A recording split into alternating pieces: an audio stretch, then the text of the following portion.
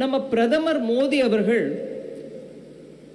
அவருடைய தலைமையிலான அரசு தமிழகத்திற்கும் தமிழ் முறைகளுக்கும் பலவிதமான கௌரவம் செலுத்தி வருகிறது.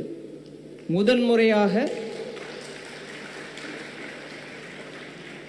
முறையாக இந்த வருடம் ஓதுவா மூர்த்திகளுக்கு பத்மஸ்ரீ விருது வழங்கப்பட்டது.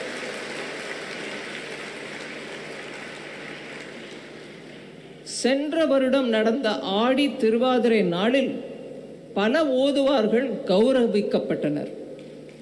அதே போல தமிழ்நாட்டில் சைவத்திற்கு அடையாளமாக இருக்கும் ஆதீனங்களையும் பிரதமர் மோடி அவர்கள்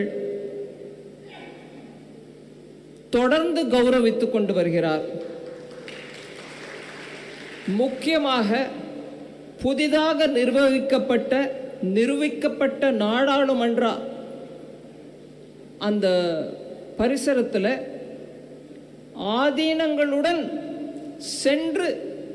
தானும் சென்று அந்த செங்கோலை வைக்கப்பட்டதை நாம் மறக்க முடியாது.